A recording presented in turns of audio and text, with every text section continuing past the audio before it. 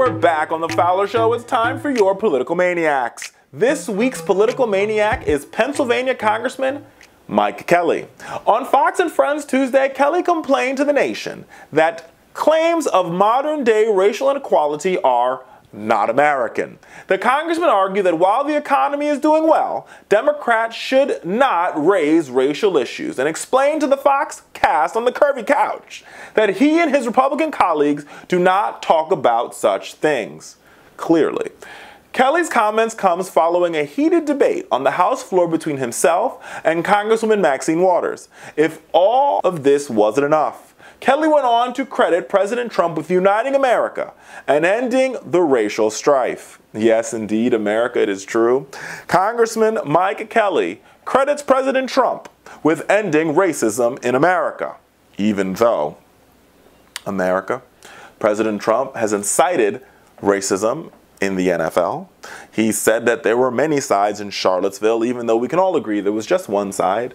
He called the entire continent of Africa and countries like Haiti shithole places. And yet just this week, he called individuals from El Salvador, Guatemala, and Nicaragua animals for trying to cross our southern border in search for freedom and in search of opportunity.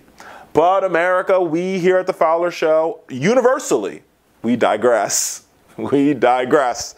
Because I want you to take a look at the moment on the House floor that has made Mr. Kelly, or Congressman Kelly, however you want to go about it, this week's Maniac of the Week. Take a look. I want you to know that I am more offended as an African-American woman than you will ever be. I am greatly offended as a member of the automobile industry and as someone who has served thousands of people. We are trying to make sure that we're making America great every day in every way. And the best way to do that is to stop talking about discrimination and start talking about the nation. We're coming together as a people in spite of what you say. Now these comments are based around a debate, a Republican House Majority's decision to rescind an Obama-era protection against auto lending discrimination. Right? And basically Congresswoman Waters was like, don't tell me about discrimination. I live discrimination. You can't tell me discrimination doesn't exist, because it does exist. And I think the Congresswoman is absolutely right, because, I mean, just look around America. Now you have people you have white folk just calling the police on black people for no reason in particular, right? You have being black in a Starbucks. That's a crime. You have being black while a real estate agent. That's also seems to be a crime. Being black and grilling in a park. That's a crime. Being black and being at your university sleeping in your dorm room's common area also seems to be a crime. Being black at an Airbnb, a crime. Over and over, being black at a Waffle House, anywhere, a crime. So over and over again, we continue to see racial tensions in America grow. And I'm sorry. 30 minutes on each side, but as I was sitting there, I had 30 minutes of Democrats coming down and talking about how bad automobile people are because they discriminate against non-white buyers. I said, that's not America. We don't talk about those things. And listen, we're more united. We are a people of diversity, but we come together to make America great again. This ideal that we've ended racial strife in America, that's just cute at best. Yes, Mr. President. Yes, Congressman Kelly. The economy's doing okay. The economy's doing pretty good. But it doesn't take away from the fact that racism still exists all across the United States and of America, institutionally and in everyday life. Okay? There is a fear that exists between communities of color and the police. Beyond that, you see racism in housing.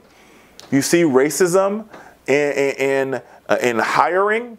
You see racism in being a customer. It's all over the place. Hell, you could look at Trump's cabinet. Where are all the black people? Where are the people of color?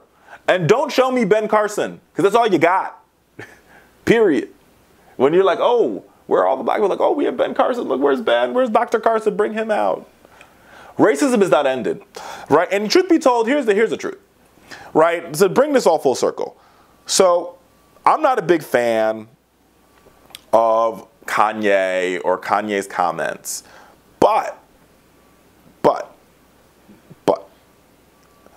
What Kanye says, to me at least, is there might be a silver lining in the Republicans' cloud of doom when it comes to talking to minorities. Because you can convince people like Kanye, and they're actually, truth be told, there are actually a lot of good African-American conservatives out there who are good people, right? I know some of them are my friends, some of them are my colleagues.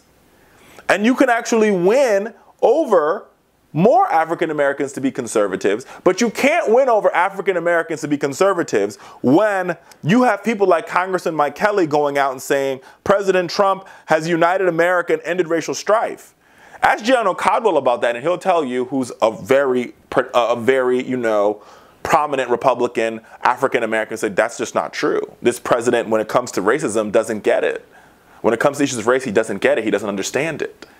So even black Republicans are saying, hold up, this president doesn't understand racial issues. So for this congressman to go out and make such a bold statement and a bold proclamation is not only insane, it's crazy, it's lunacy, and I feel as though this congressman is living in another world, another reality from the rest of us Americans. Because everybody else knows it exists. Now, back to the debate, right, which got to this big moment. The rule that we're talking about, this Obama-era rule that ended discrimination in auto lending, the rule and guidance came from the Consumer Financial Protection Bureau, was established in 2013 after studies found car dealers often gave higher interest rate markups for non-white buyers than their white counterparts. House and Senate Republicans voted almost entirely along party lines to eliminate the guidance. President Trump is expected to sign this into law. According to a new ProPublica and Consumer Reports investigation, between 2012 and 2014, in California, Illinois, Missouri, and Texas, top insurers, including Allstate, Geico, and Liberty Mutual, leveraged premiums that were on average 30% higher in zip codes where most of the residents are minorities than their whiter neighborhoods with similar accidents cost. So basically, insurance companies and auto lenders are engaging in discriminatory practice against people of color. They're charging you more for your car insurance, and they're charging you more interest rates on your vehicle simply because of your zip code and because of the color of your skin. No other reason. The Obama-era rule ended that. Ended this level of discrimination. Republicans, under President Trump, are rolling that back. America, that's the definition of racial strife.